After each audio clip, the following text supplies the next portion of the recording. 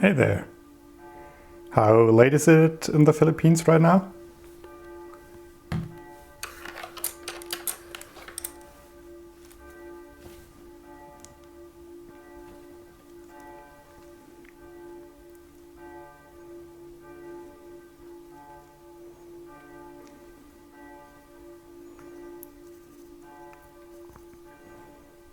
I'm now just starting with basically applying my underpainting here. And this is what I've done for the last few miniatures I've painted. It's basically going here for a painted on, very rough underpainting that we can use to wet blend in some stuff. L4ragorn, thank you very much for the subscription. I appreciate it. So I have some dark blue here. I mixed in some retarder from from golden acrylics, and it's basically something that doesn't change the consistency of the paint too much, but it makes it so that the paint just needs a little bit longer to dry. And basically I use this to prevent any kind of coffee staining or something that you would have, and also in giving me more time to do some mild wet blending.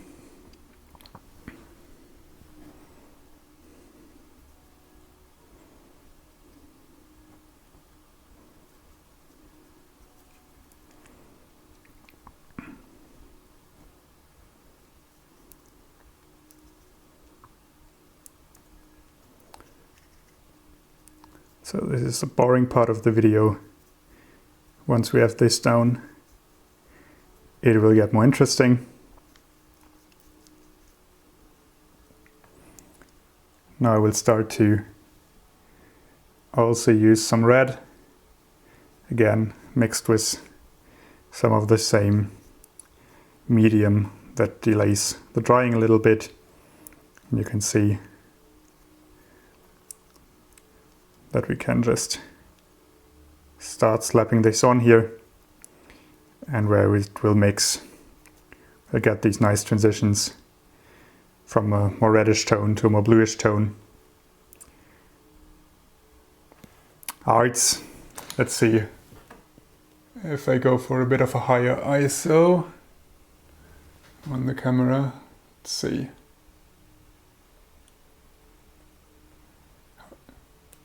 I'll have to think about getting this.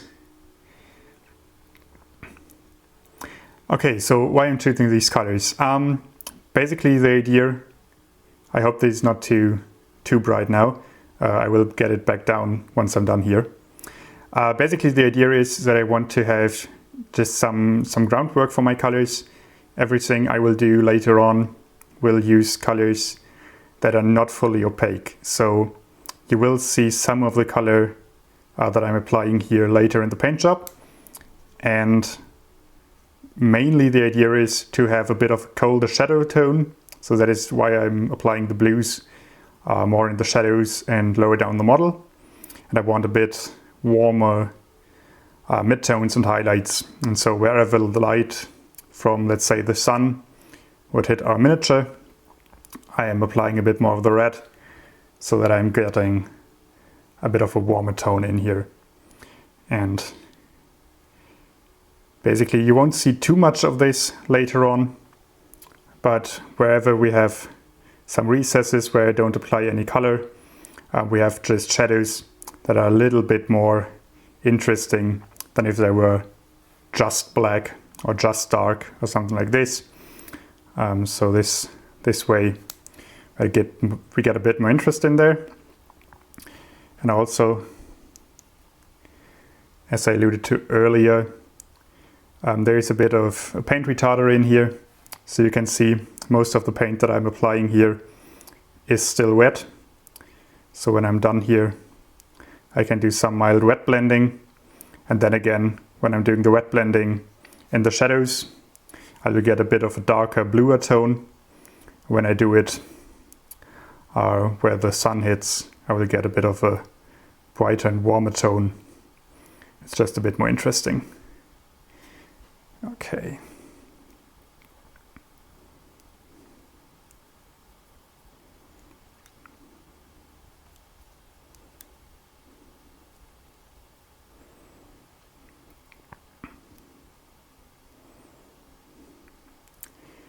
So you can see I'm very liberal with my application here. Having the color a bit thinned and a bit with a medium also makes sure that the paint application isn't too thick, so we don't have to worry about covering any details too much, and we can just slather on a bit of paint and have something to work with. Okay, I'm trying to make sure that I hit all the spaces here, and I think I'm reaching a rather good point. Yeah, I think this is good. So let's stop with that. I'll make it a bit darker again so that you can see the actual painting. I think this is fine. Okay. What do we want for a color? I think I want the tabard here of him to be red. So I will go now for the same red that I've mixed in here, but basically undiluted, and let's put a bit of it here on the wet palette where you can see it. I think here is good. So what I can do now is, just using a red, I can start to paint on. And basically the longer that I paint, the more of my underpainting will mix in while I'm painting, just because of the wet blending on the miniature. So when I start with new color up here, and I put this on, let's zoom in a little bit more. I go on here, I get more of the color down, and then the more I progress, the less of the color that I put on the brush, and the more that is down here will get there. Okay, and I can be rather quick with this, as all the colors will get a little bit darker when they dry. So I can just make sure to rather quickly apply some of the paint. Basically, it's not too important to hit all the spots where I want color. It's more important that I don't get any color where I don't want the brighter tone, because it's easy in this way of painting to make something brighter later down the line, but it's a bit harder to make something darker again. Of course, it's still possible. We don't have to sweat it too much, but it will work. How much working time does a retarder give you? That depends a lot on how much you put in. On this one and the way that I apply it, I usually have about half an hour where I can work with this in this very wet state. It's a lot longer for the actual recesses to fully dry.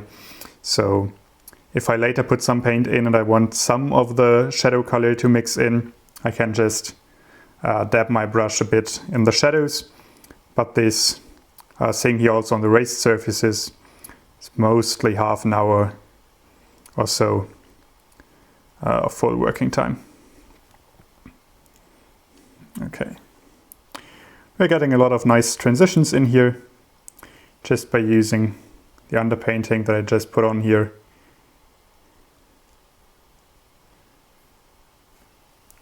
Oh, I see. I had to approve of the message because Twitch doesn't like the word retard, which is, well, reasonable. But man, this is just the way that the thing's called. Okay. So I think for the first step, this is going nicely.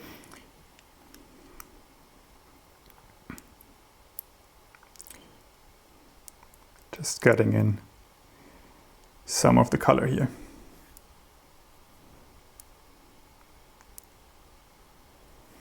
Generally, still the color that is more on the raised surfaces will dry a little bit quicker than the one that is down in the recesses. That is also quite nice for doing something like this, because generally on the raised surfaces you want more of your color that you're painting right now to stick. In the recesses you want more of your underpainting to show through, so it helps in applying the color where it's needed.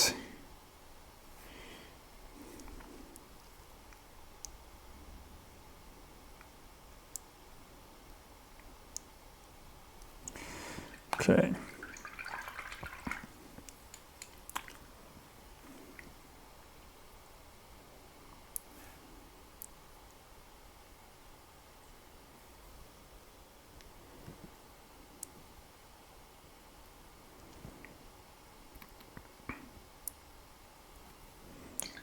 Now I will let this, do I need to let this dry a bit more?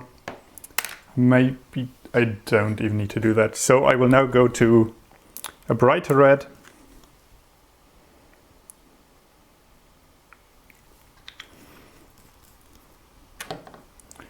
Basically continue this process. Now here you will see that I'm actually getting a lot of progress. You might even skip the first step with a darker red, but I think it helps in getting the transitions a little bit nicer to do it in 2 steps.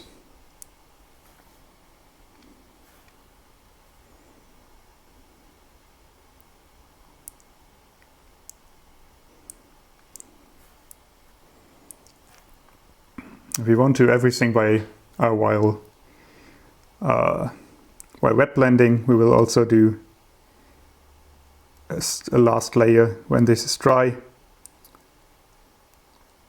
But this is just the easiest way to get a nice transition and really get the most of our underpainting.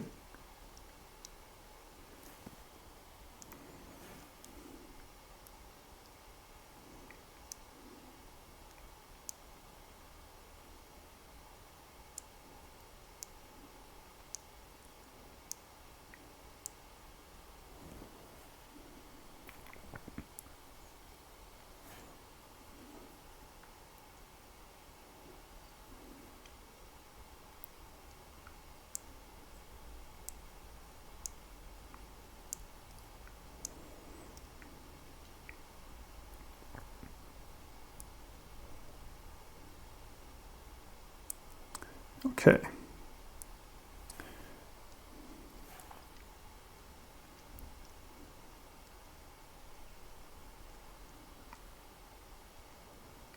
Now we can think about how much light we want to have at certain places.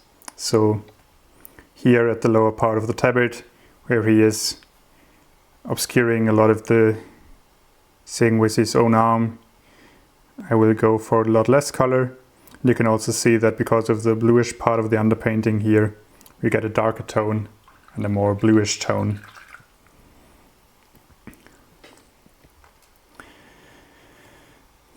Okay.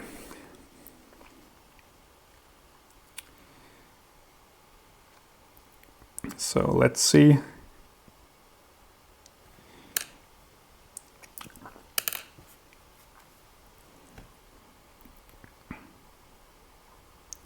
What I'm doing now is basically just looking if there are any parts of the model where I put too much color on, where I have some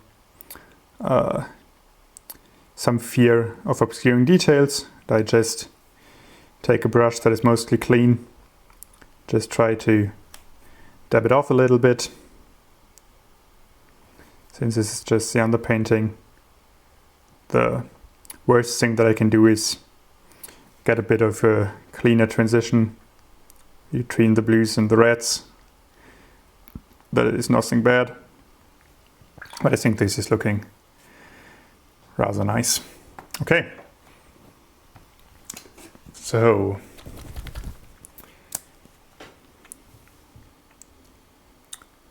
for the next step, I will try to sketch in some of the reflections that I will have in the armor. Basically now I'm doing wet blending of reflections or of main highlights here on the armor. Let's see how I can this on here.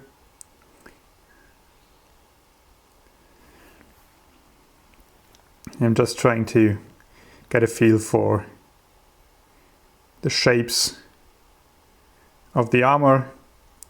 I of course won't hit full opacity or full brightness here, because I'm mixing in some of my underpainting.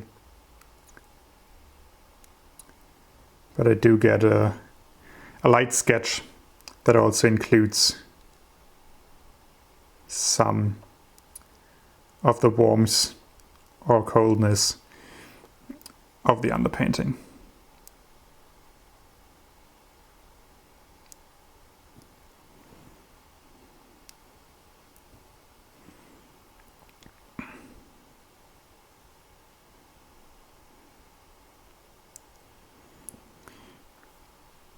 Basically, I just try to... Hi there. I basically just try to start at any spot where I have a good feeling for the reflections. So in this case, this is this shoulder pad and this part of the chest pauldron, where I know, okay, when my light hits from the top, I would view it from a normal viewing angle. I have roughly these 45-degree angles where light would reflect, and then I try to work my way from there. Basically, if I go lower down the model, the angles need to be steeper, and if I go further up in the model, the angles will need to be a bit softer for the reflections to make sense.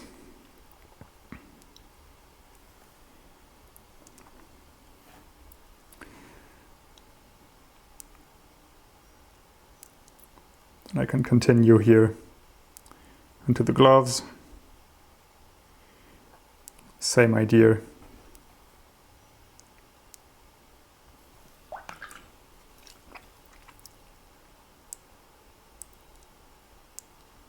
And because of my underpainting that is still wet, whenever I want something a bit smoother, I don't like a reflection that I set, I can just take the brush, make it a bit wet, and work in the color from the still wet underpainting.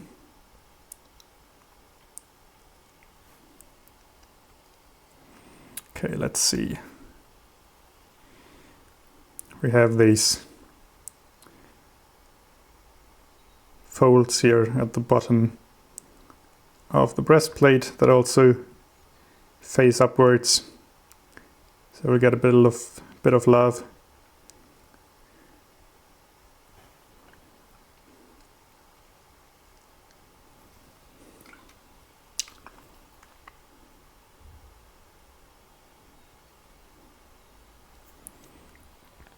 And hopefully through the reflections on the camera you can still see a little bit of the direction we are going on from here.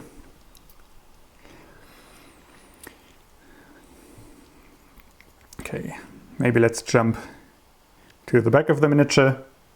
And now I basically have to look for a new angle that I want to work on. Let's say I think this is a nice looking angle of the miniature, where we get some interesting reflections. So basically start. It's one of the main reflections that I would have up here. Again, we can work this in now.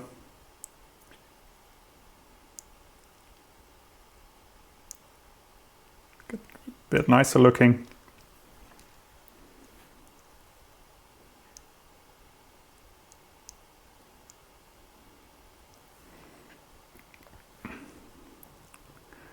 And same thing.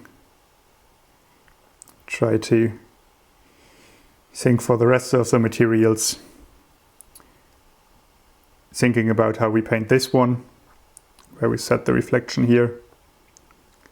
How would all the adjacent panels reflect light?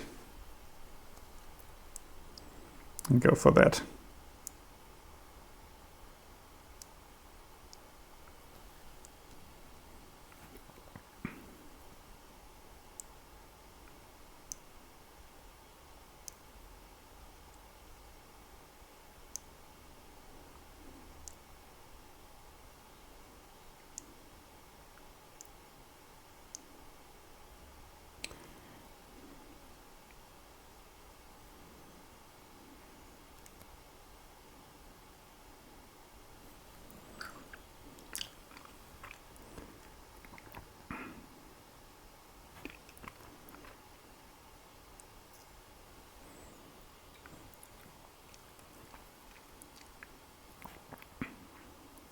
Then again here, for this lower part,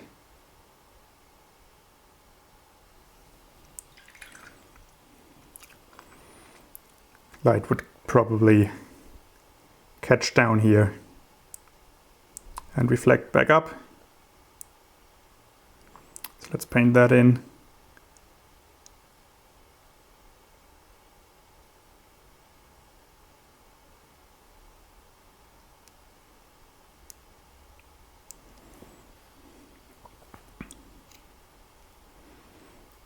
And then again here.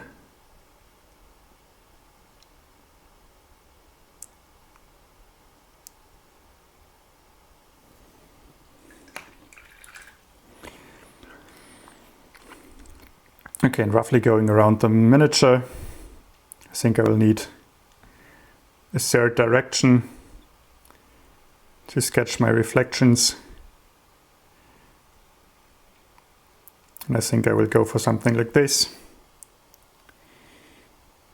Then again, we are still looking for something that at a nice angle to start with. Let's go with this one.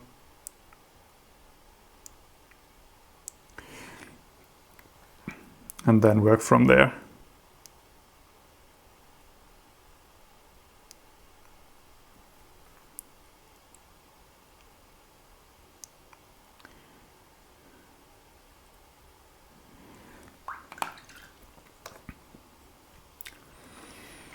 Okay, so I want this guy to be in a brownish, maybe even some deserty environment. So I will now also start with going a bit for secondary reflections, because for those it might be quite nice to work them in to this still wet environment a little bit. So I'm going for some ochre tone. Basically, I'm starting to rough in some secondary reflections.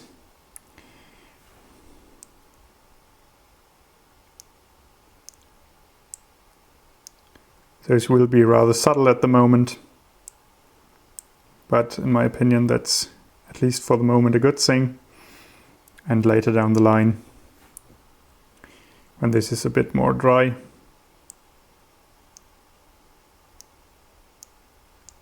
we can work them in a bit more.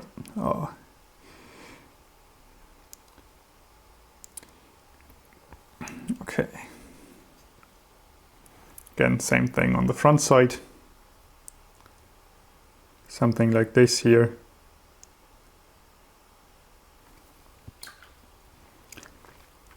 Now I have the opportunity to just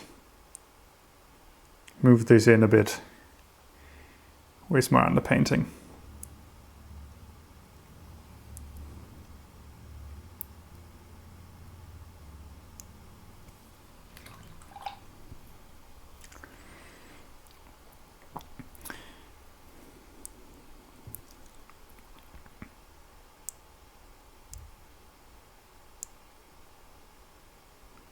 I'm basically thinking about wherever I would have some light from the ground bouncing up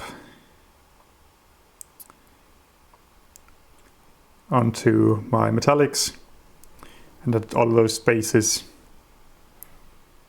I will now apply some of this color.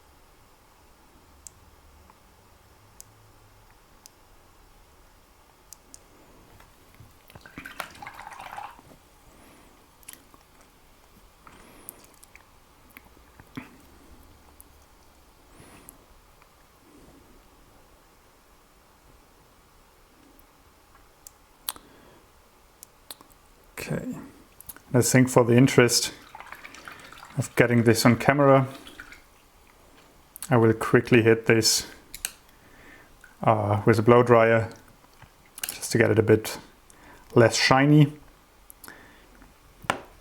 So I'll be back in a second.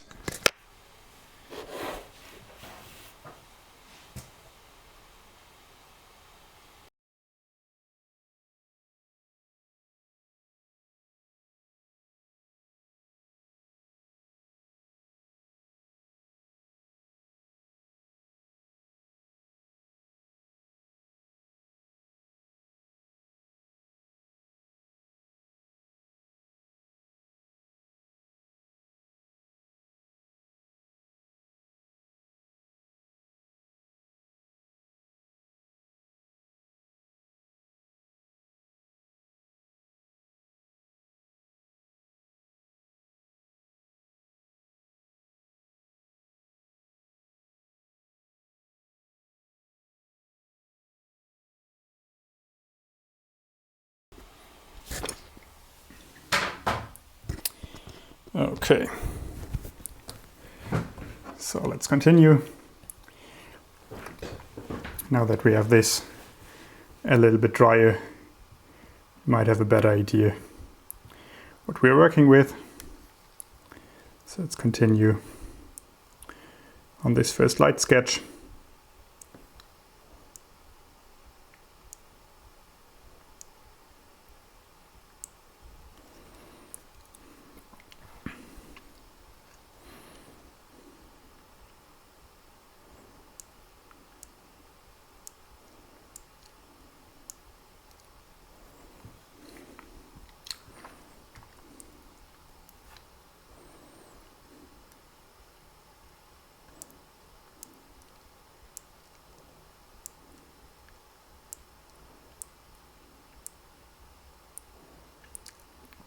And I think we're starting to get a feel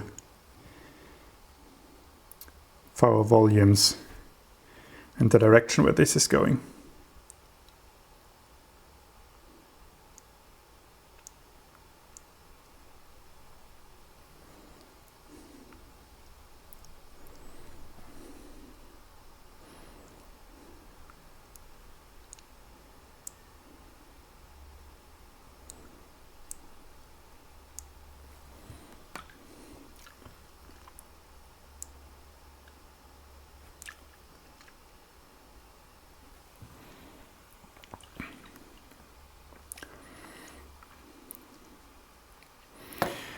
Okay.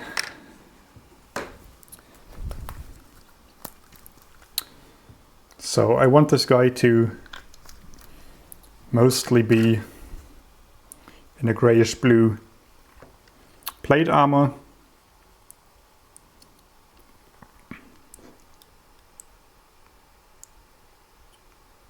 So I'll now try to block in a bit of those colors. And of course all of this will be influenced by underpainting in the way that I now basically only glaze on colors. I won't try to have any fully opaque layers. I think I need to get this a little bit brighter for you guys to see. I think this is good.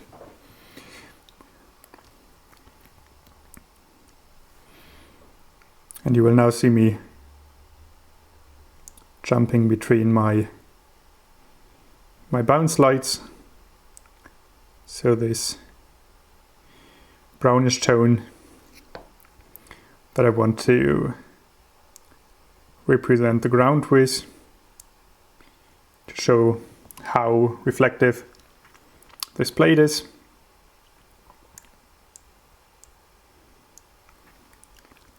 And then of course always my main reflection, the bluish grey bouncing off the sun.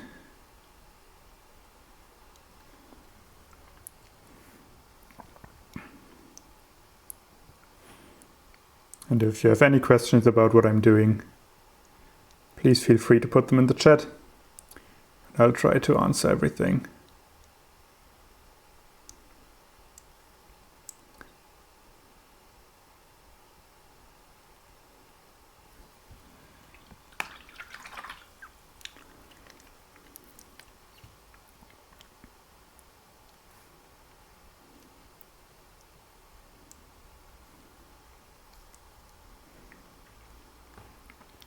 Okay, let's go for the back again here.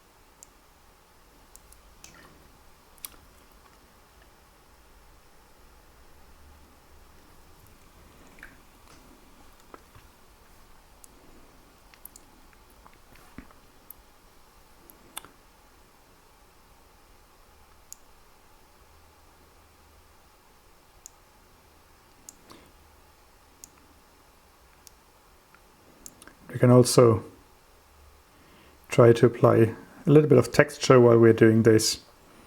Basically every brush stroke that you do that is still visible in the end will read as something like a small dent or a small scratch, at least if they are rather thin.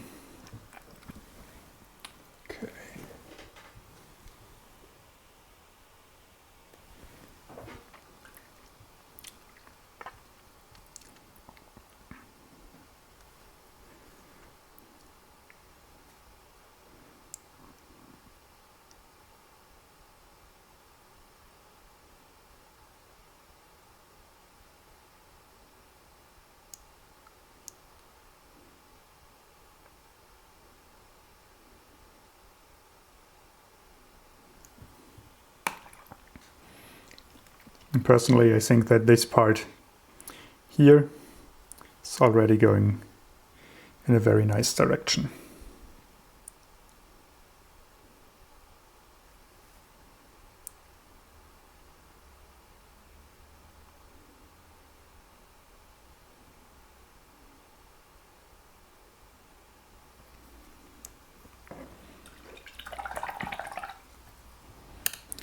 Quickly check something on my phone.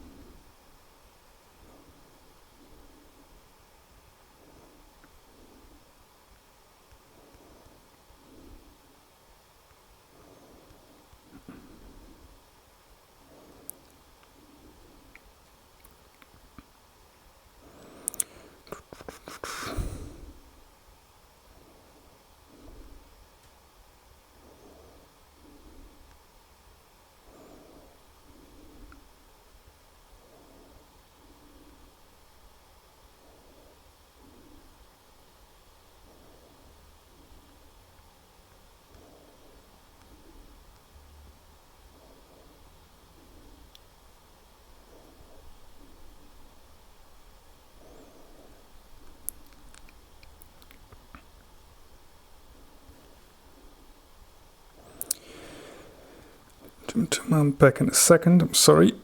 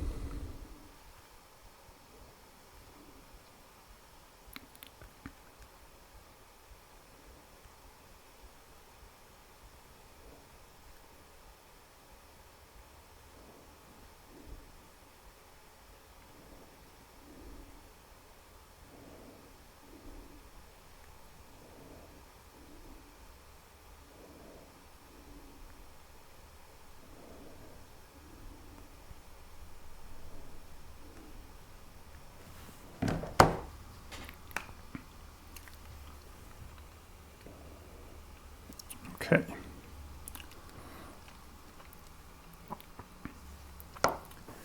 Now that this has dried off a little bit more,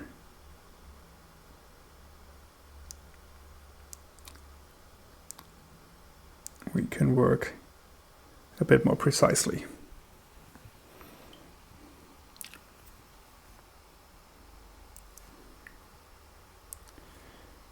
And we can try to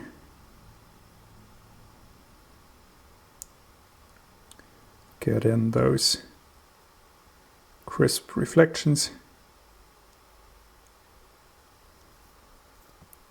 which will help us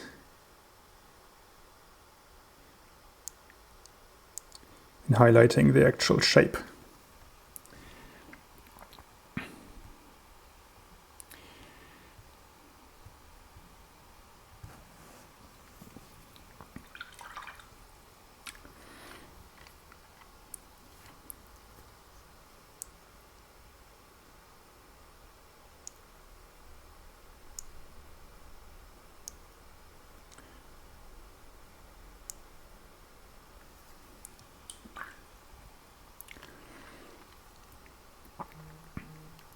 Okay.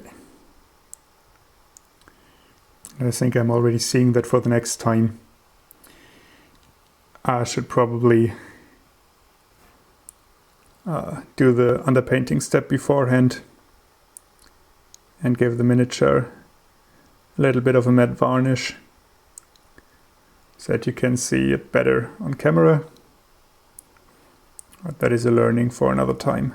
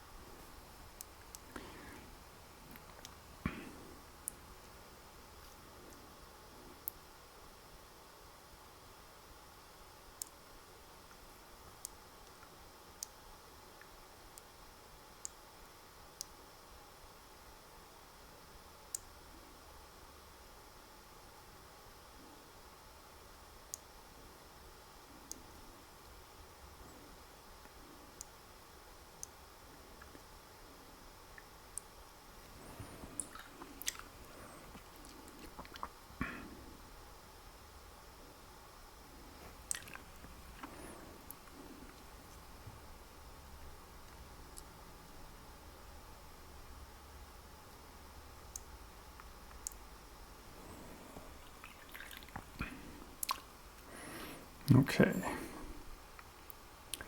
so let's continue here.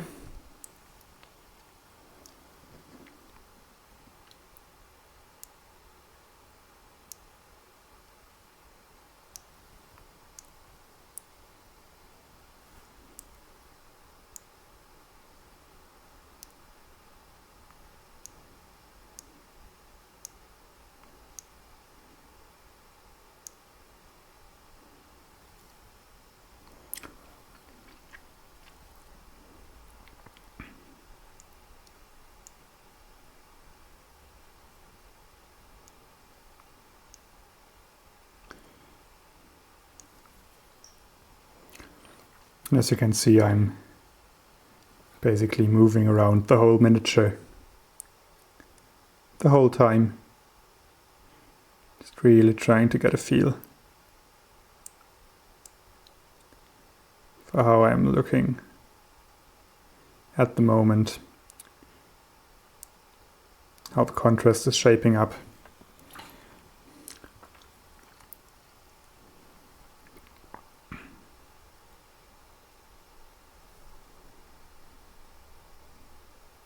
Trying to make sure that what we get in the end kind of makes sense and reads as a metallic surface.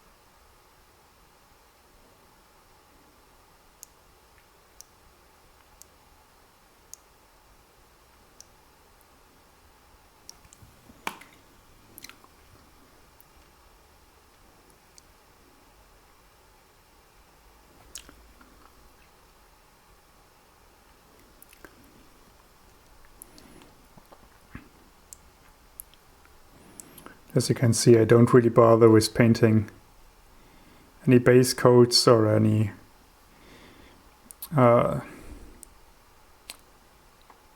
shadows in here. Just going for the reflections, basically for the highlights, and together with the underpainting, those will probably or hopefully form a cool looking result.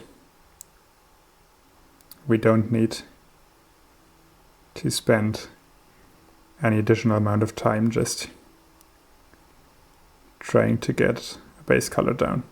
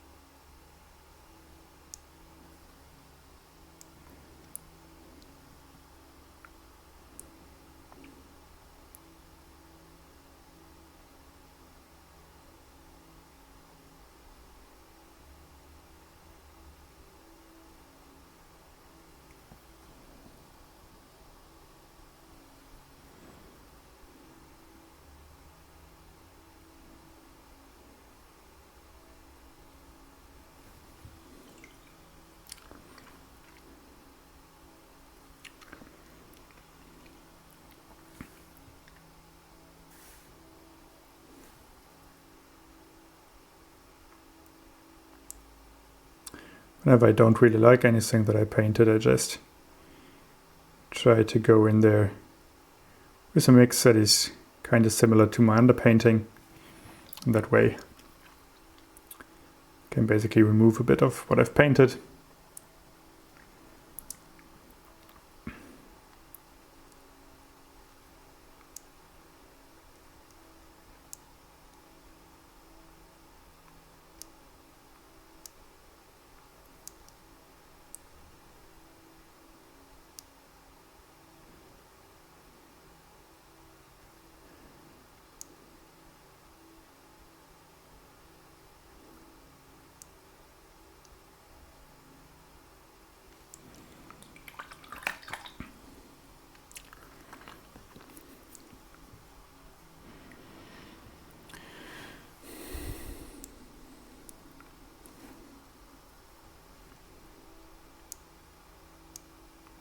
And here we will probably get some reflections from the tabard. So I also try to work those in a bit.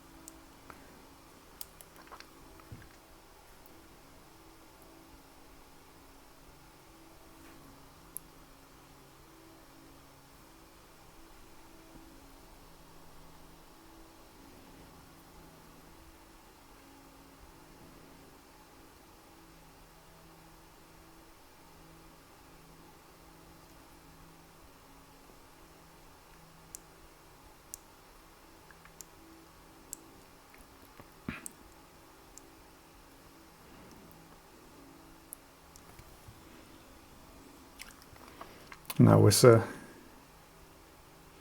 underpainting I have down here, I can easily just add some highlights on top to get to a rather nice looking result.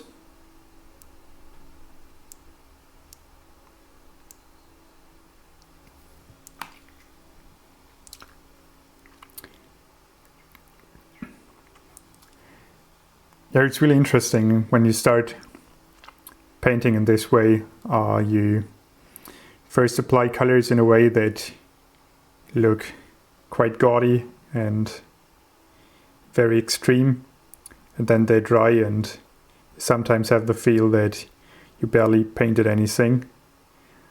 So it's a bit of a thing of experience to get a feel for an amount of paint or a level of contrast that looks good once dried,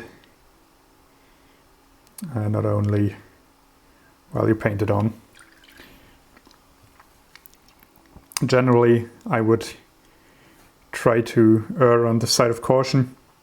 So if what you applied is too dark in the end, you can still just go over it.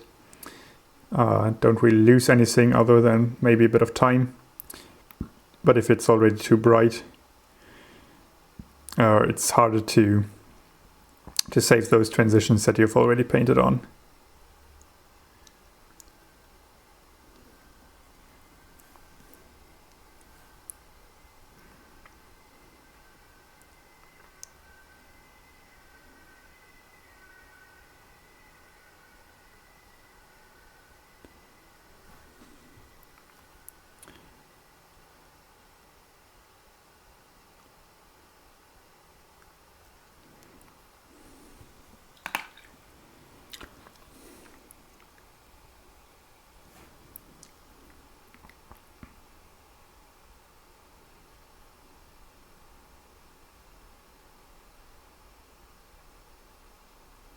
Here I think I was just a bit too afraid to put down paint.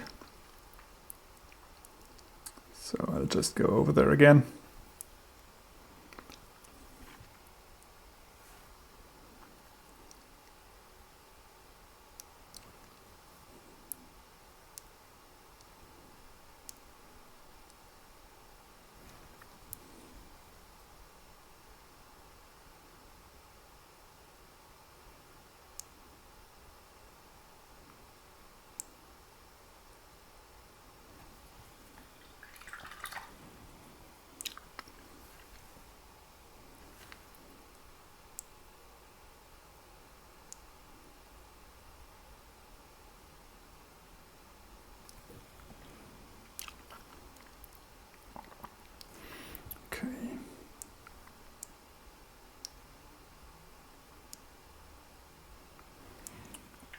And I of course can also just always bring a little bit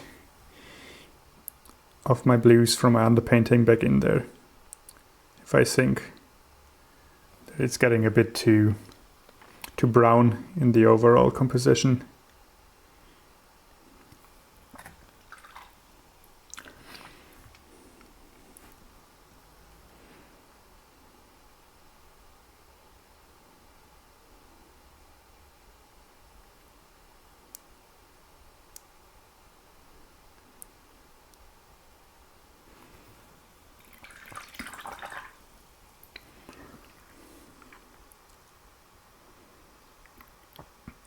Now we are getting a good mixture of my main highlights, of my bounce lights here from the tabard. Let's decide on a color for this piece of cloth up here. I think that would also look fine in red. Give me a bit more of a reason to play with the red.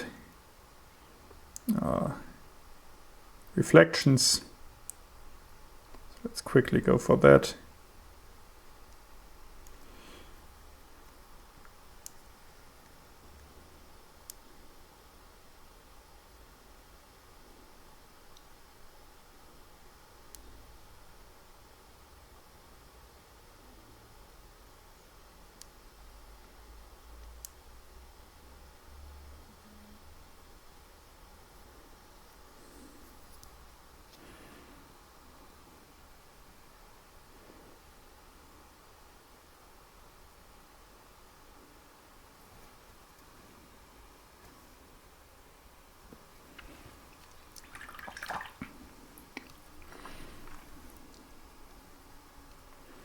Let's continue it up here.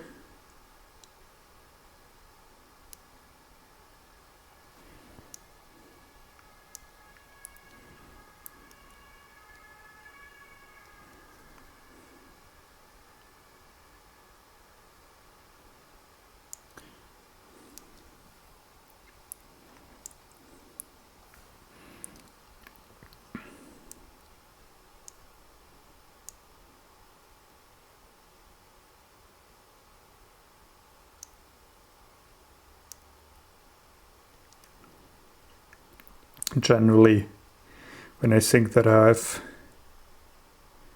trouble reaching some spot, I will just leave it in the color of my underpainting, because then it fades into the shadows, and most of the time I'm just fine with that.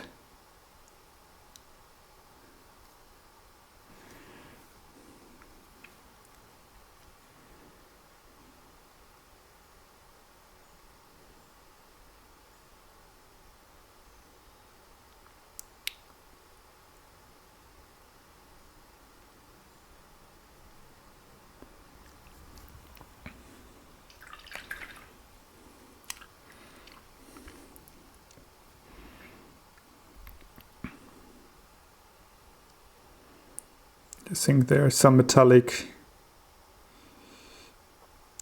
parts down here. Let's quickly give them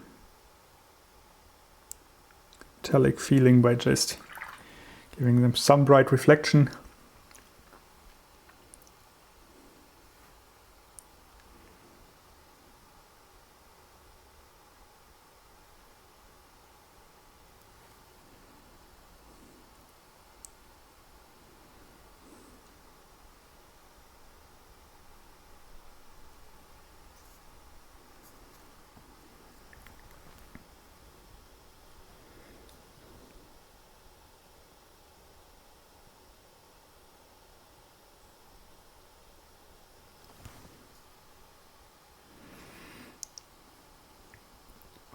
Some of this stuff is a little bit more challenging with camera running and trying to get this on, but personally for me, this is generally a a low stress way of painting miniatures. And I just try to not worry all that much. Something is not perfect, or if I don't reach something.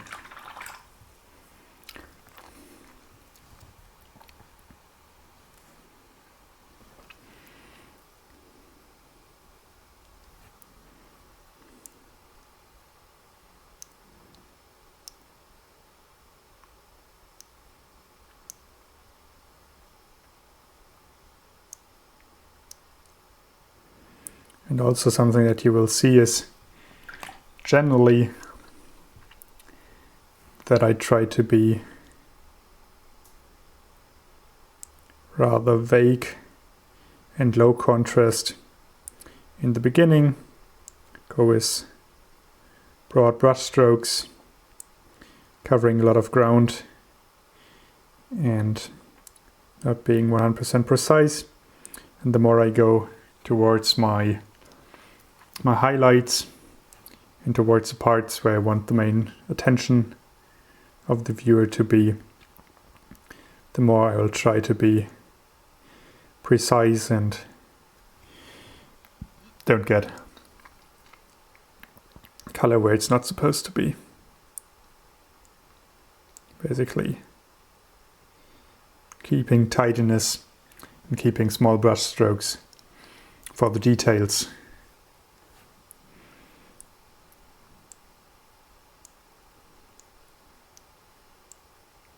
Going for vaguer, broader brush strokes in the shadows.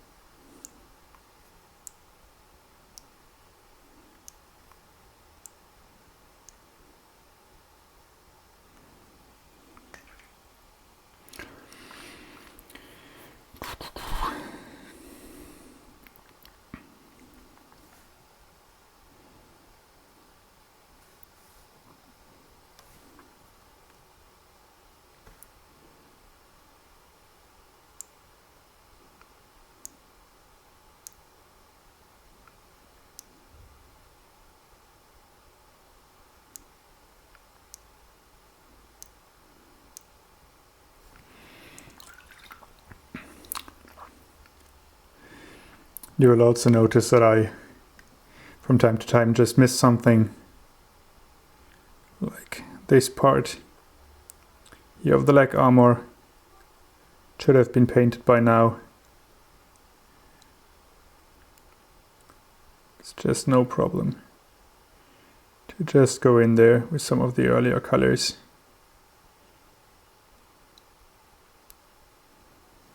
Just give it some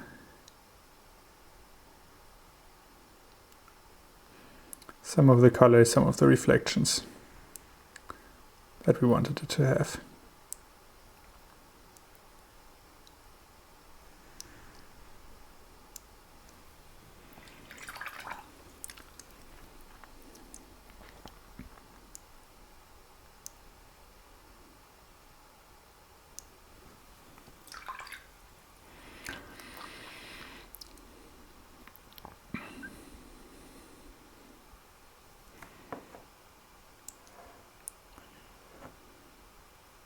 I'm basically just taking a look around my miniature,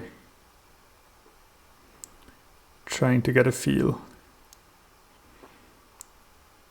for the overall look of the armor.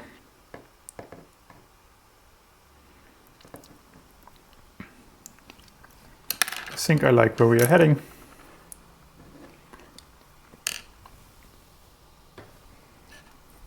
So I will now go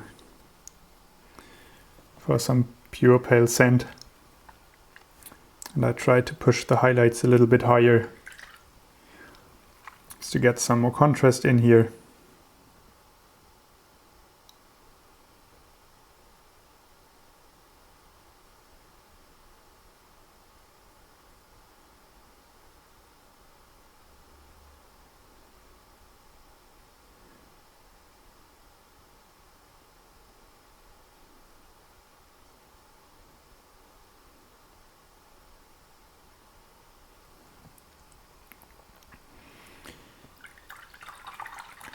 How many tutorials do I try to post to Patreon every month? Roughly 2 per month right now.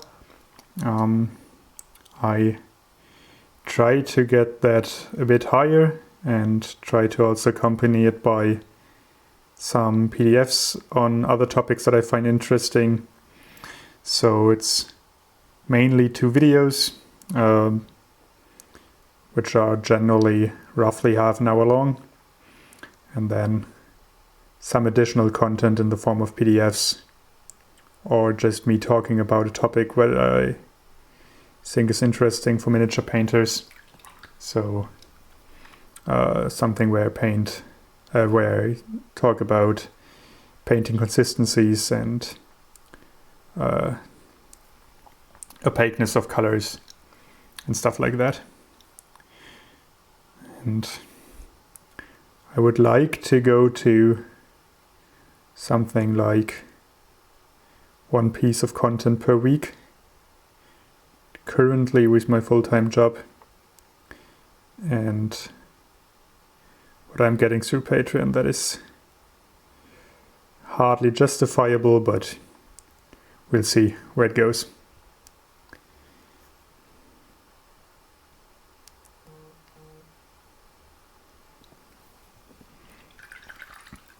Thanks a lot. I really appreciate it. I'm also always open for suggestions when it comes to topics. So if there's something where you think you would be interested in my opinion, please feel free to tell me.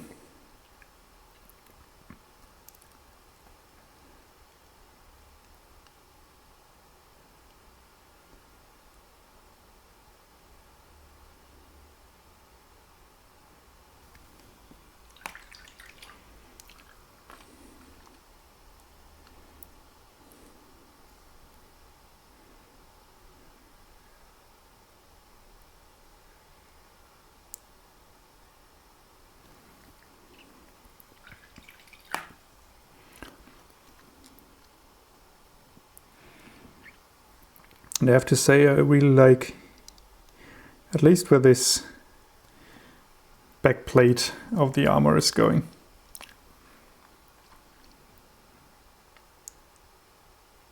And after setting this reflection, I just noticed that this is not a part of the metallics, but I think it's supposed to be a leather strap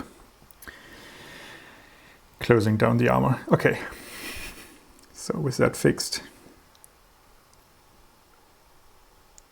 I think we also need some more brightness up here.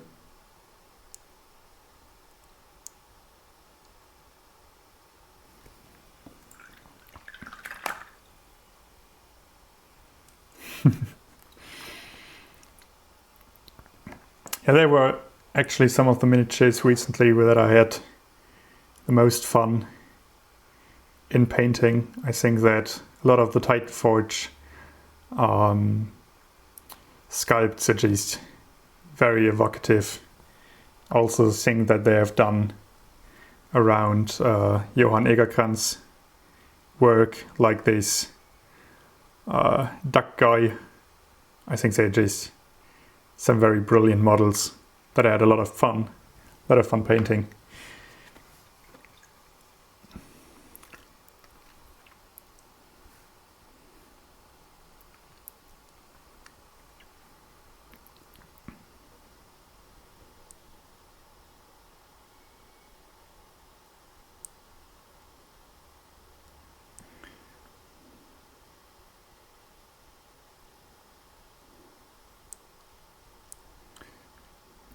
And as you can see now, I have changed while doing this.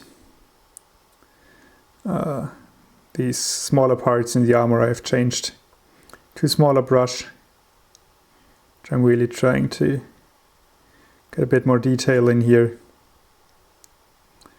Brush strokes are a bit more precise than they were previously. Really trying to highlight the intricate pieces here.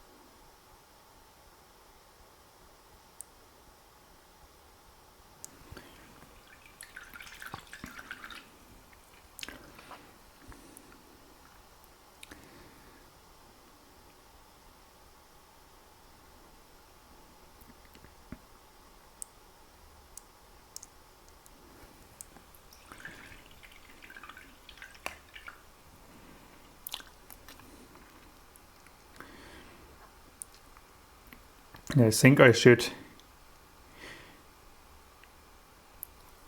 also just try to get the rest of the model painted in a moment.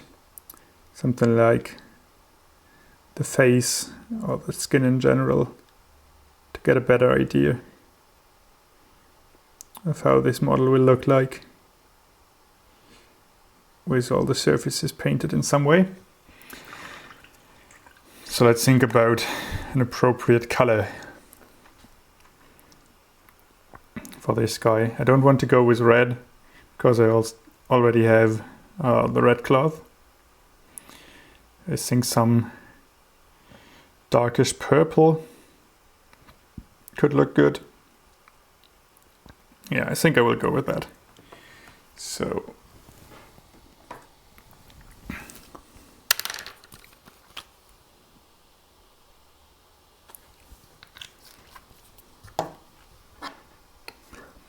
let's see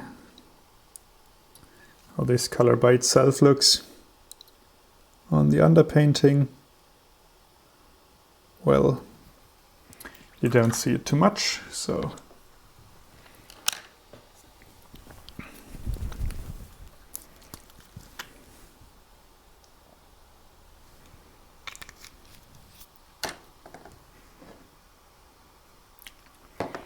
maybe better going for blue.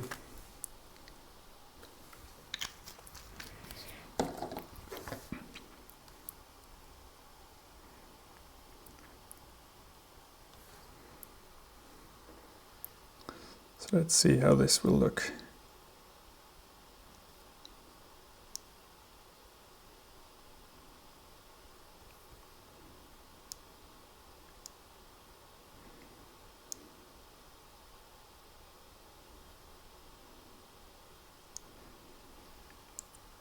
I think it's rather subtle. But will it look any good?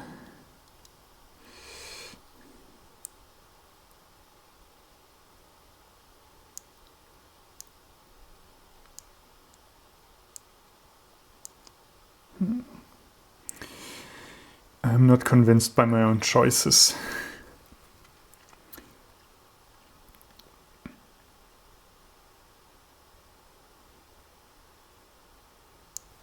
Could also try to just let him be very dark. Go for very subtle look in general.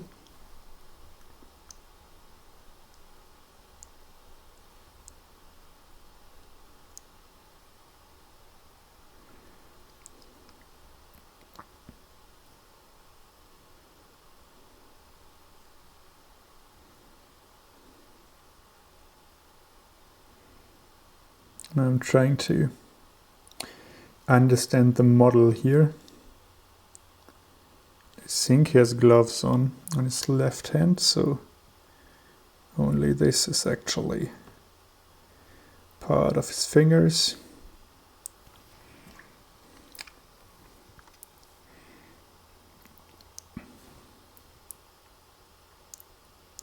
While this is part of his gloves.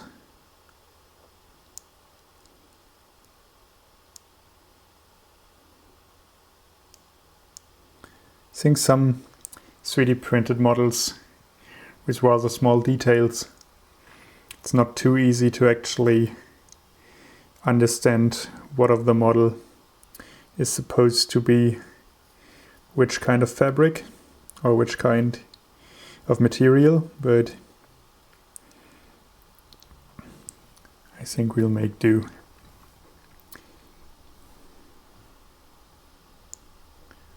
So let's get this to be some red cloth as well.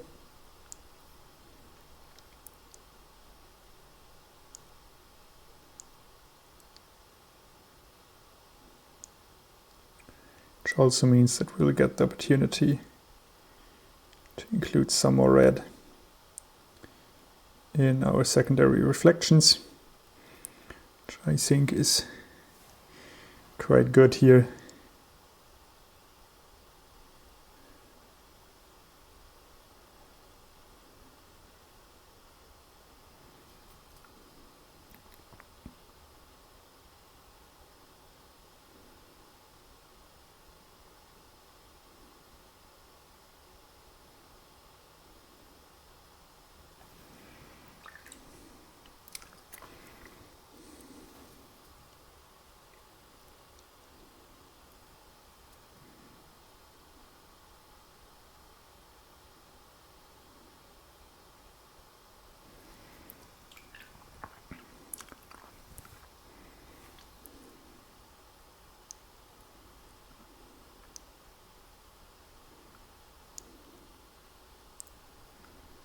In general, with something like this, we can just highlight a few of the more pronounced folds, leave the rest pretty much unpainted, and together with our underpainting, that will look good enough.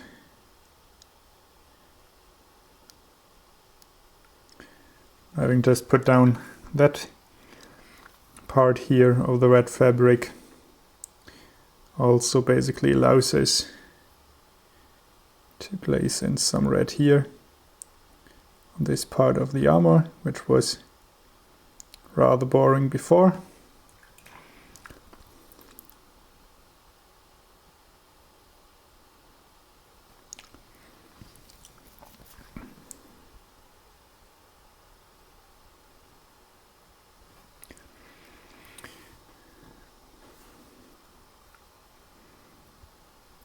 When you're doing a composition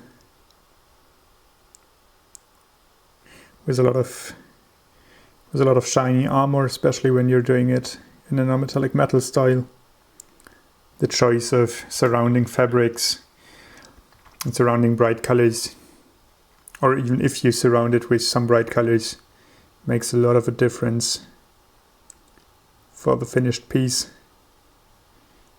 if you're thinking about all these secondary reflections.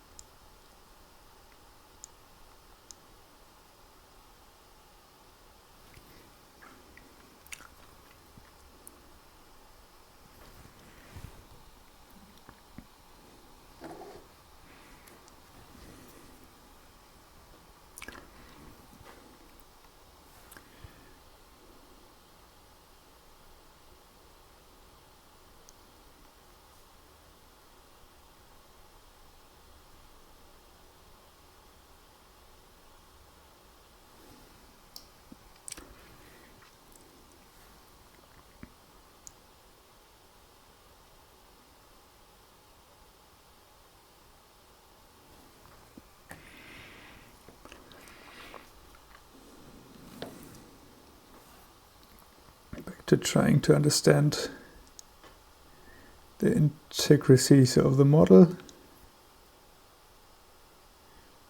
I think this is still part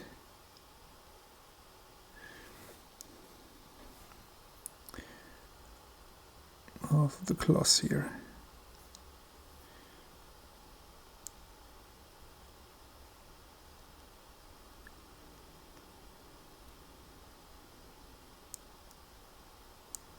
And I think despite maybe his skin and maybe the cap, I will try not really introducing any more new colors. So most of what I'm doing now will just consist of me using the colors that I have already on my wet palette, trying to develop the composition from there. I always try that colors that I newly add really give the composition something that would otherwise be missing. And I currently don't have the feeling that I need that much more. So let's say that now, if I would do something like introduce another brighter color like a green for all these straps here, I think we would create unwanted attention on a detail that is just not that important to understanding the miniature. And so basically I try to think about where I want attention, and where I want attention is where I introduce bold colors, and everywhere where I just want it to basically look painted but fade in the background, I will use some uninteresting colors, some subtle colors, desaturated colors, and also just colors that I have already on my wet palette. Maybe I will mix them a little bit different than I did before, but I won't introduce new colors for a minor detail that I don't really think is too important.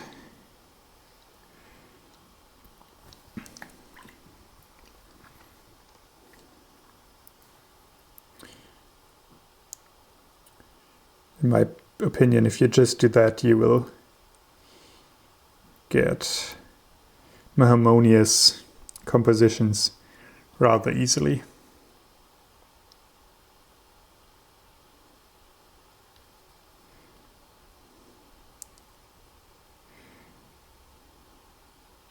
So again, now here the trousers I really don't think are of any importance. So I'm just going for dark brown that was on my palette already, because I've mixed it in some stuff. And I will just use that to cover some of the underpainting at the trousers. Then I mix in some of this brighter leathery brown to give it a little bit of texture and substance. But that is all that I will be doing.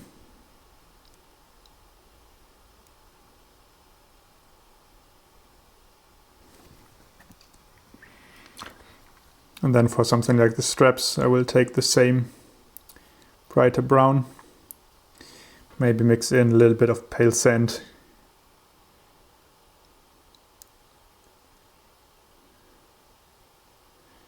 To roughly distinguish it from the pants that I just painted. But again, that's it. It won't get a lot of attention, as it shouldn't.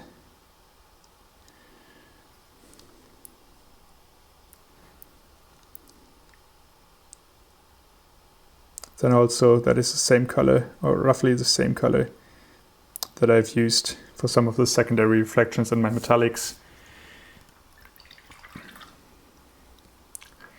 So I just recycled some of the colors here that I've used before.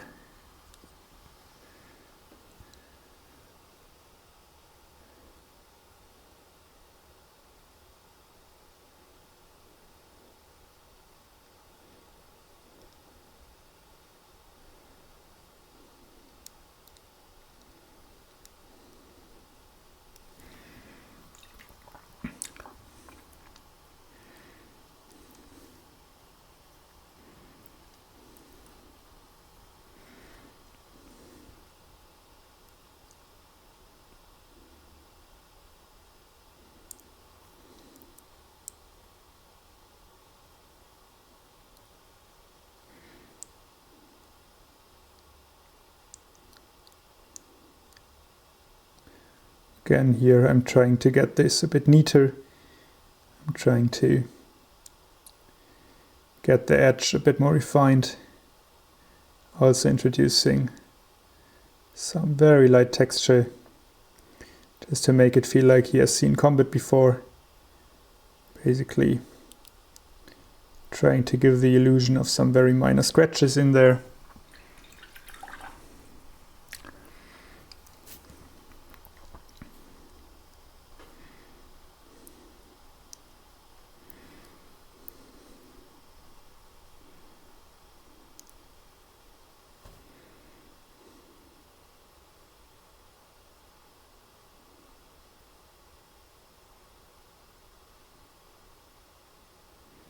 I'm now just trying to get very light reflections in the part that you can't that easily see.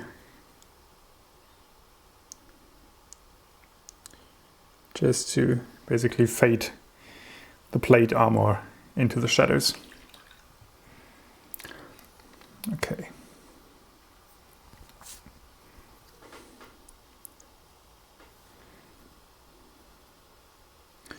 For something like this belt, I will just go for small scratches from top to bottom.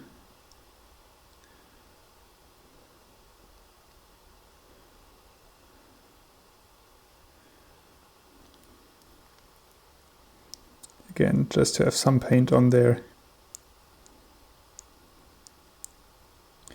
Not the most refined look. Just giving the eye something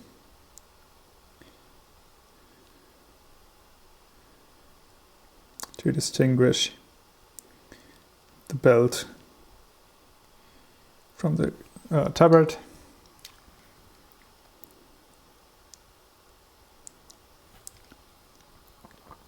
Now on this piece of armor we have this lower ridge, and I think this should keep or be maybe, or should stay that dark, because generally it's kind of flat to our eye, it won't catch any light, but the lower, basically the lower rim of it, that will catch some bounce light down from the tabard.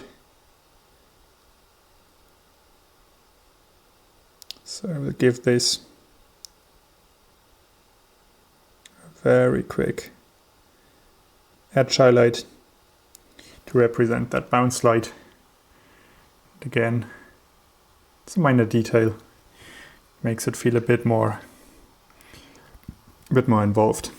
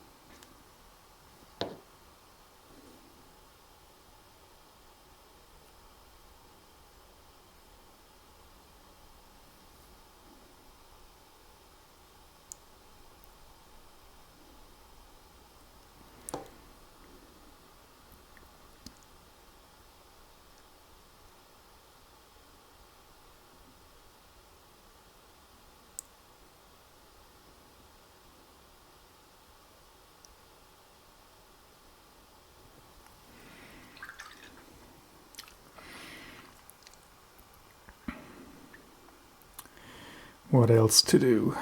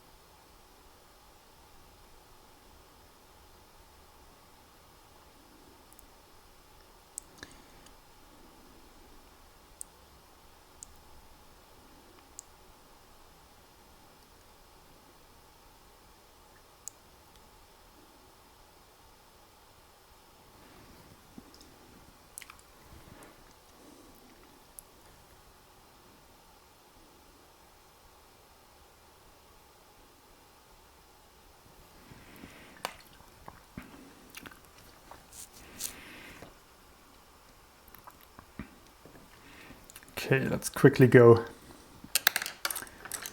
for some base painting.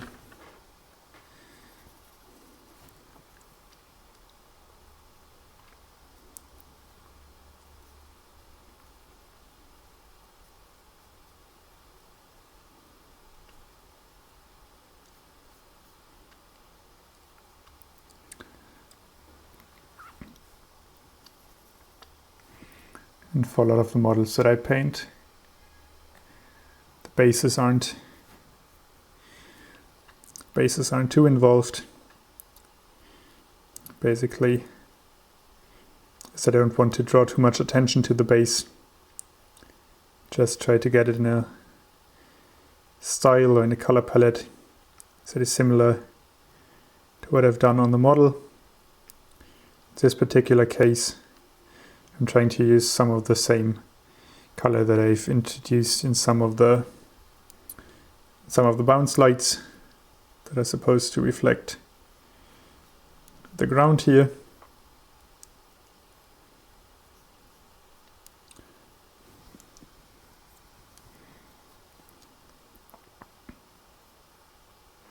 But for something that is like here under them, I will also just leave it in the dark underpainting color Don't really care if it's a dark brown, dark blue or something in there. If it fades into the background, that's all that I want.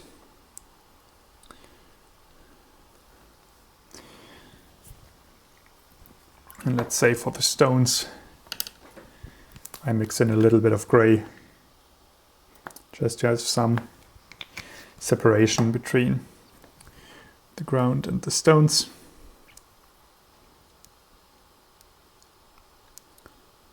I will also just apply some of it on the rest of the base to give them a little bit of a coherent feel. Okay.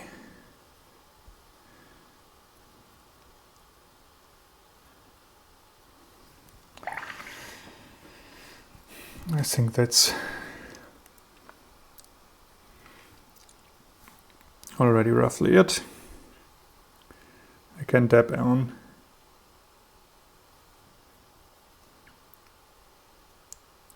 some of the brighter tones where some light has a chance to hit. And then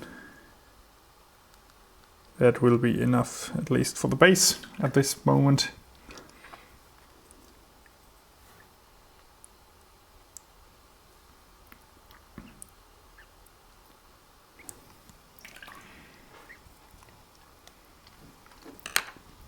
Maybe let's see that the small metallic piece on his base got some kind of rusty look. Just mixing some browns and oranges. Damming on there.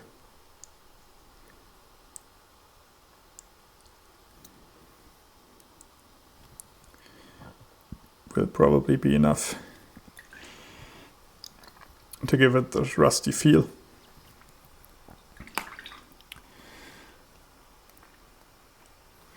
Okay, I think I want something interesting here for this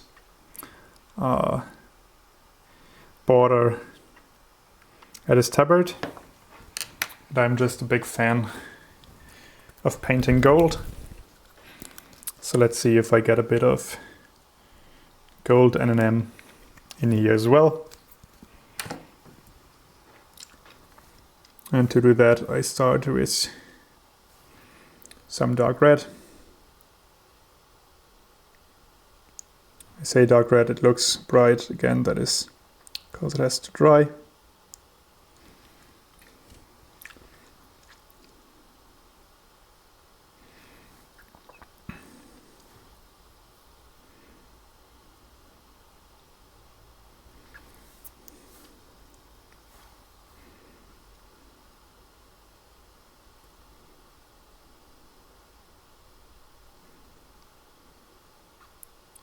And of course, if I had developed this color scheme from the get-go, I could have done a few things a bit smarter, especially the reflections on the armor could have been a bit more planned and a bit more precise.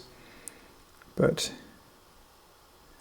when I'm just painting for fun, I sometimes like to just let time decide on a few of the decisions that I make. So this is what you're seeing here, just me just playing around a bit with color, seeing where I get and going from there.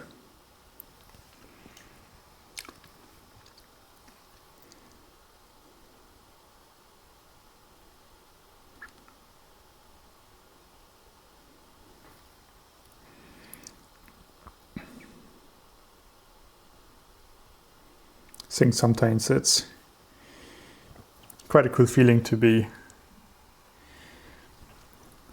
basically surprised by your own painting process.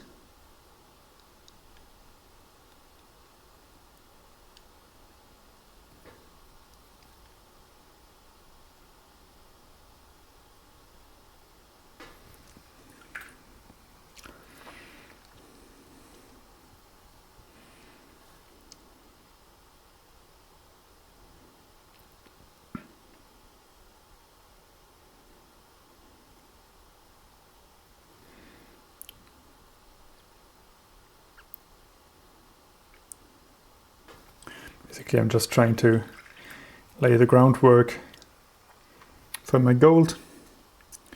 Now that I have a bit of paint on there, I will jump to a yellow-white.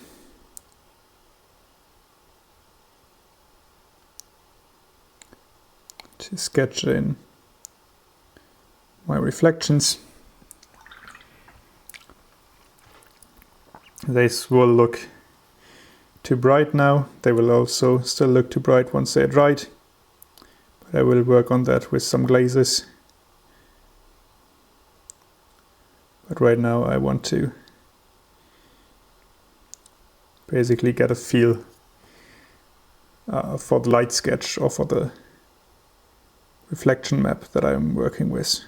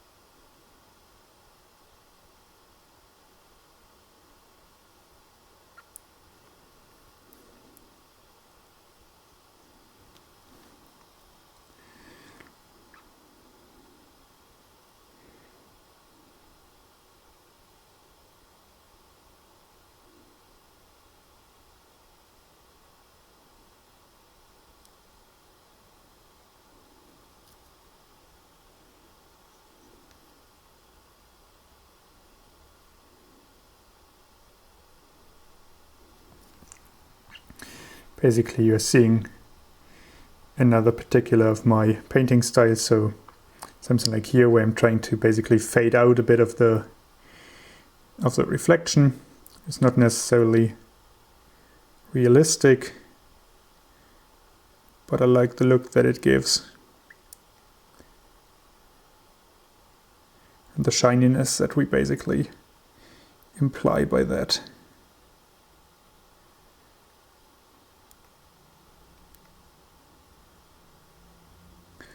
Especially when I can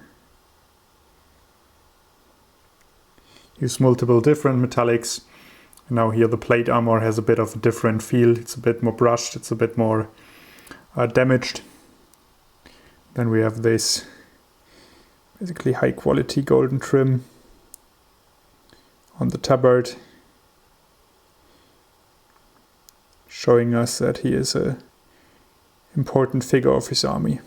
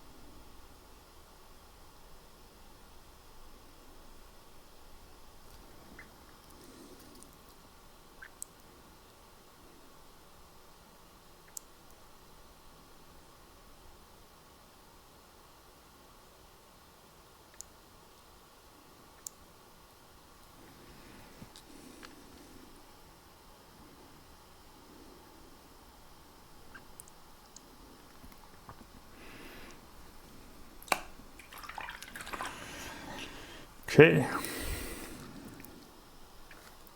I think this can go a bit further.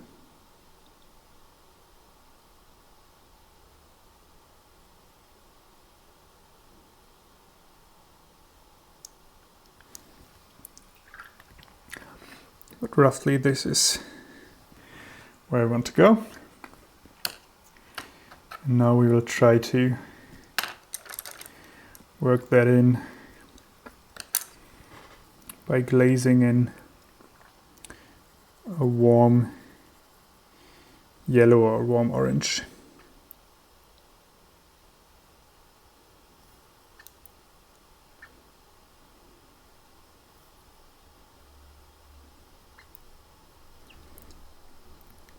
And this glazing is a lot of what makes my gold feel so warm.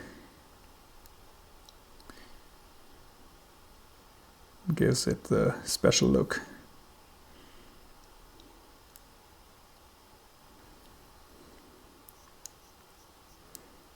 Of course, by doing this, we're also dulling it down a bit,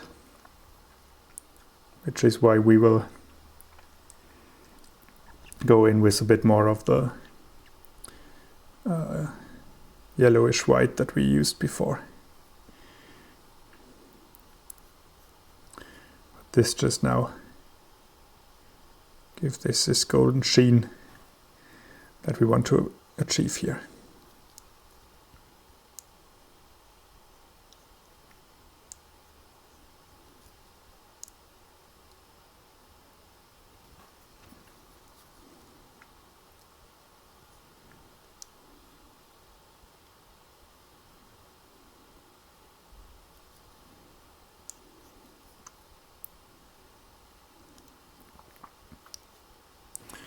Okay, I think that is good.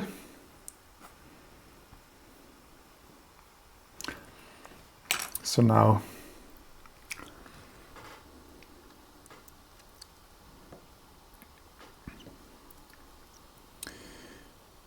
we introduce some of the brightest highlights.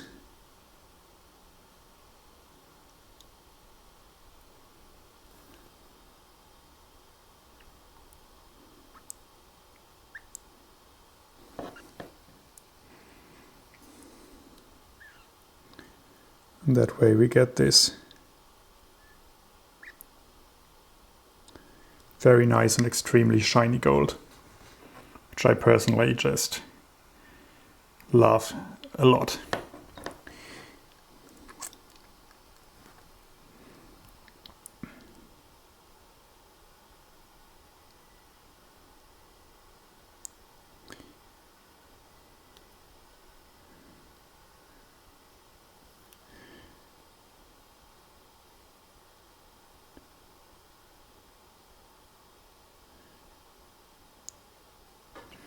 If you want this to shine just a little bit more, we can also just apply some white here in the middle section. Personally, for this thing, I don't think we need that. So you don't want to draw too much attention down here. I think what I've done here is already rather extreme for this kind of miniature.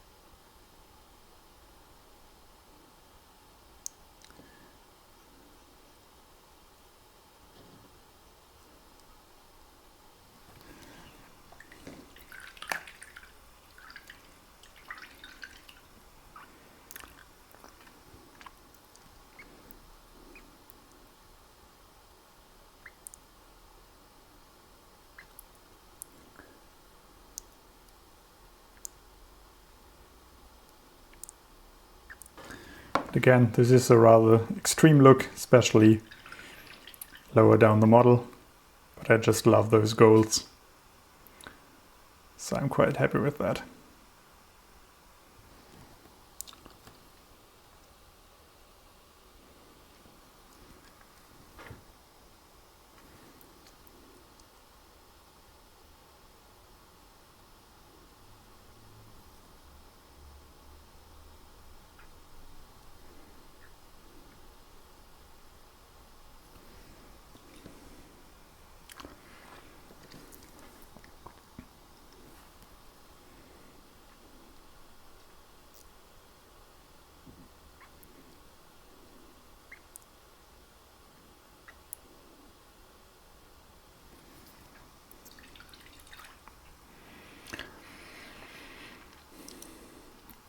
Okay, let's try to get some of the final things painted, and maybe we try to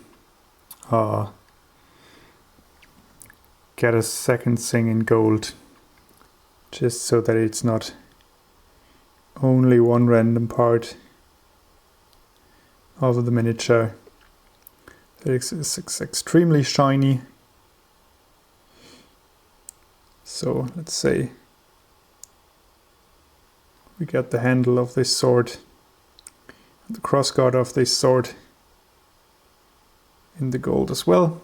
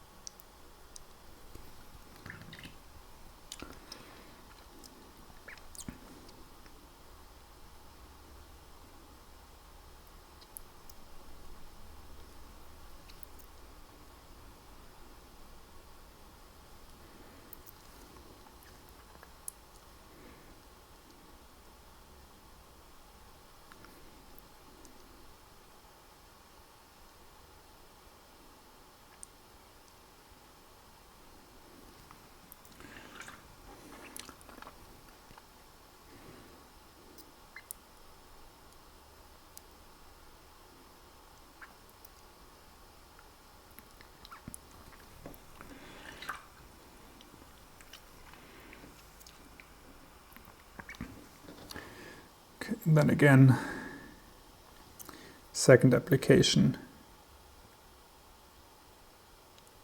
of the bright yellow.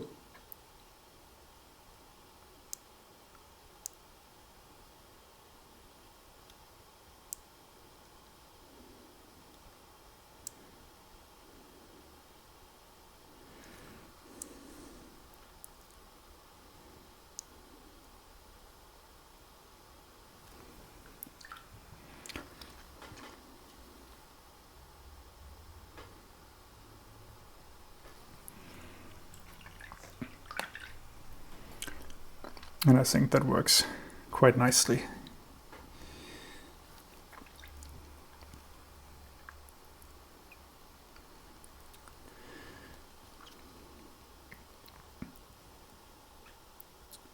Again, trying to just finish up some points that we now notice haven't been painted already.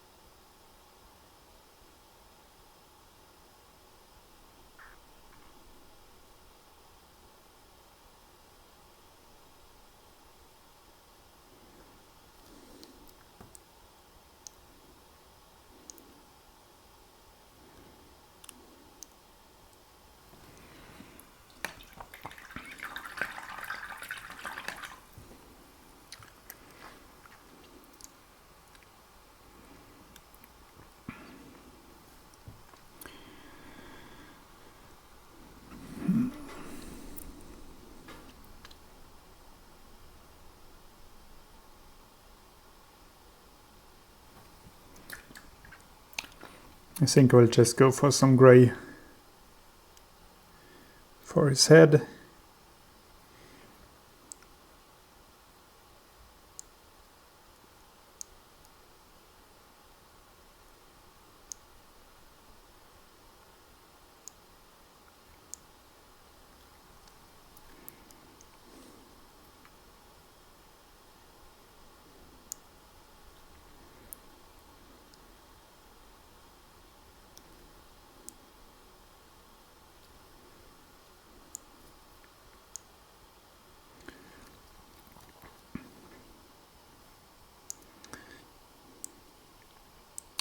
Mixing in just some brighter color for a quick highlight.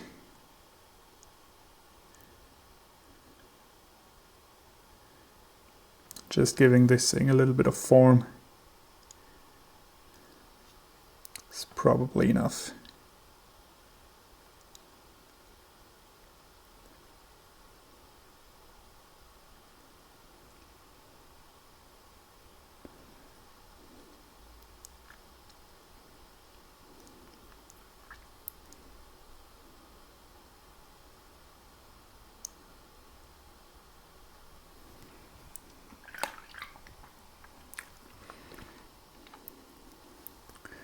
Then we can give this small emblem on here. Where do I have to put it? Here.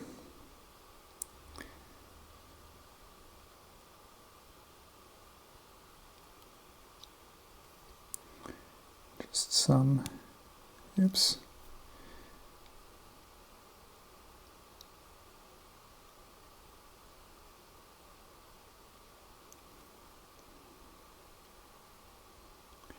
Some paint on there, just that it doesn't look unpainted. Perfect.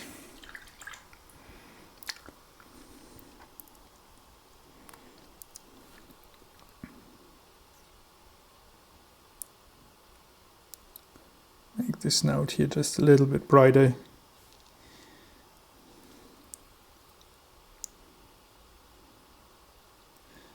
Bit more life to the skin.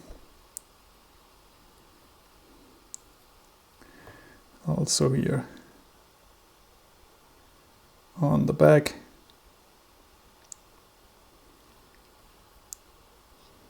And for the tail as well.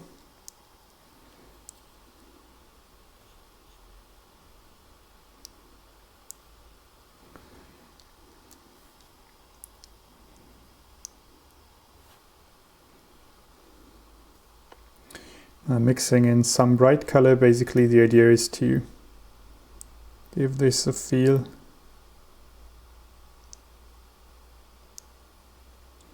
of a little bit of a reflective surface.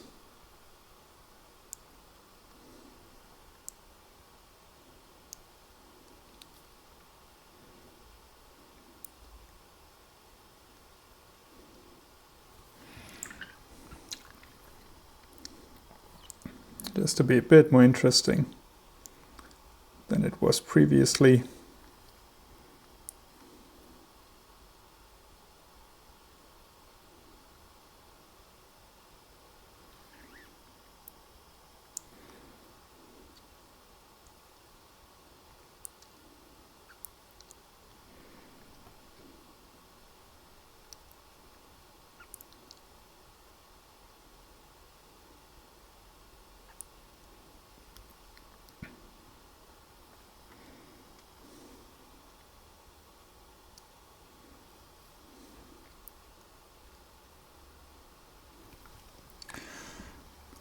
And I think I will just go for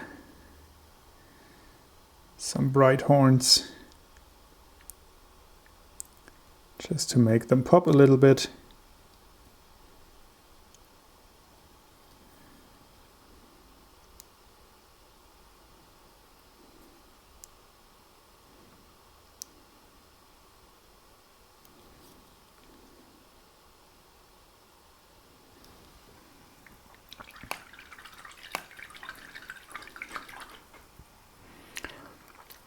I think we're nearing the end in big steps. So let's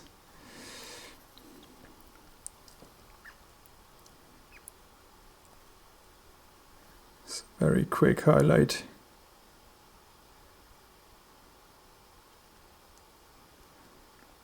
As well.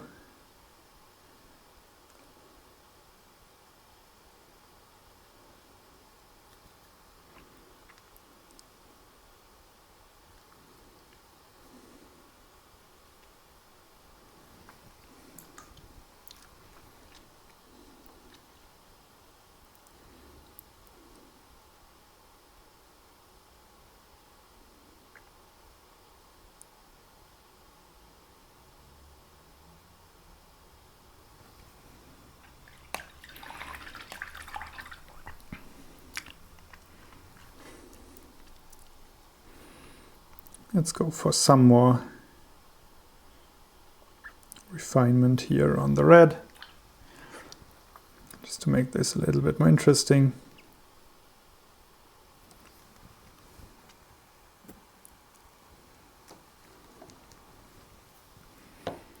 Especially now against the gold, I think this could use some more love.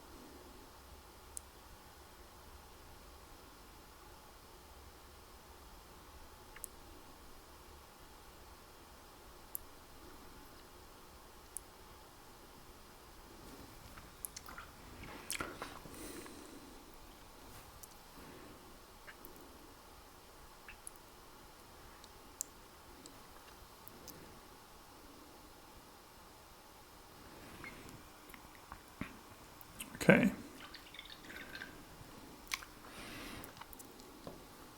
Now with this being brighter highlighted, I think I also have to do the top part here again.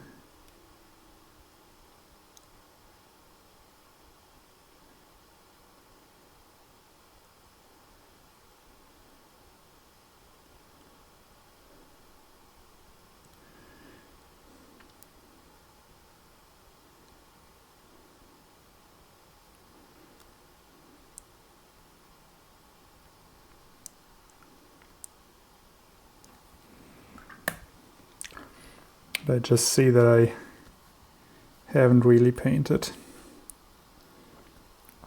these elbow pads, so let's remedy that.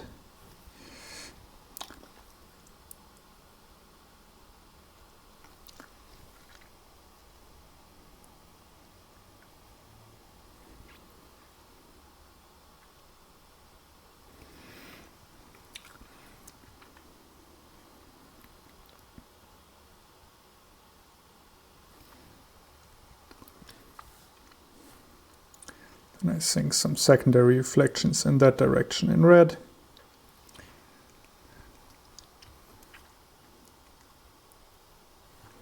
And some in this direction in our ochre color to coincide with these ones.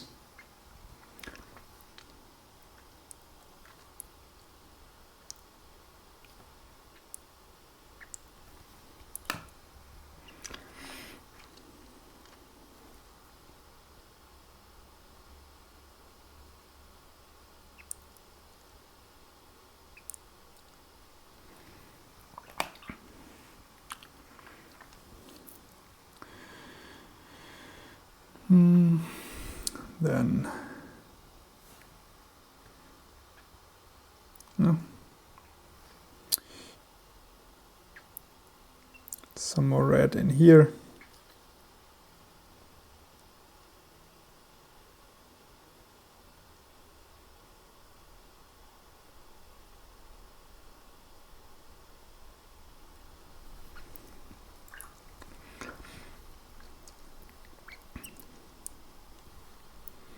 And another reflection roughly here. You can see this is just to tie things together. I'm not too concerned anymore with the last precise placement being roughly at the right point will be enough for these last forgotten details.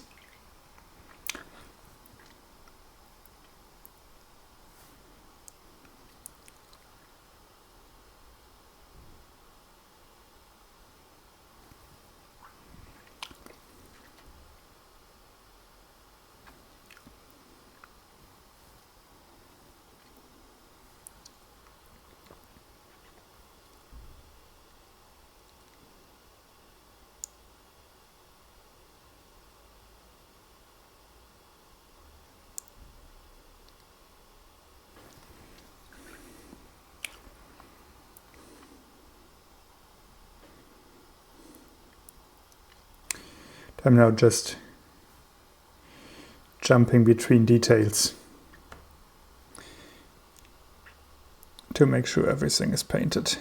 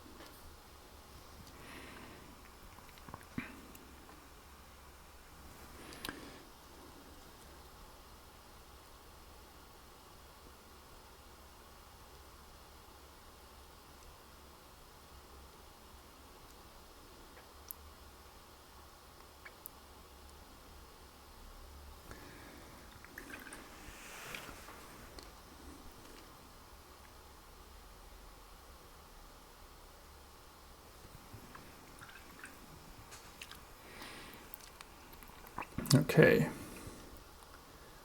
Then his cigar, of course, also needs a little bit of love.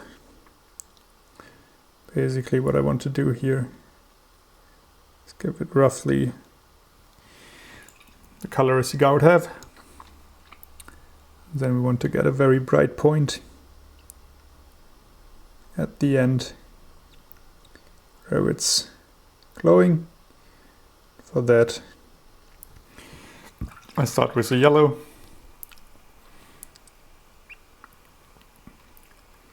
We'll let that dry for a second.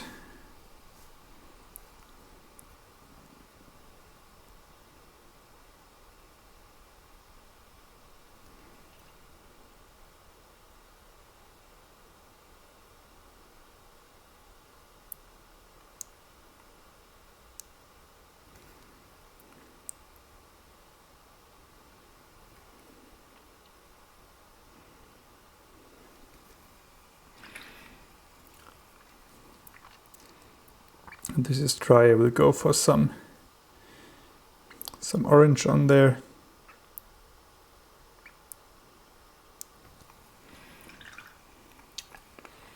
And that is then something that I want to try to roughly incorporate into some of the reflections here.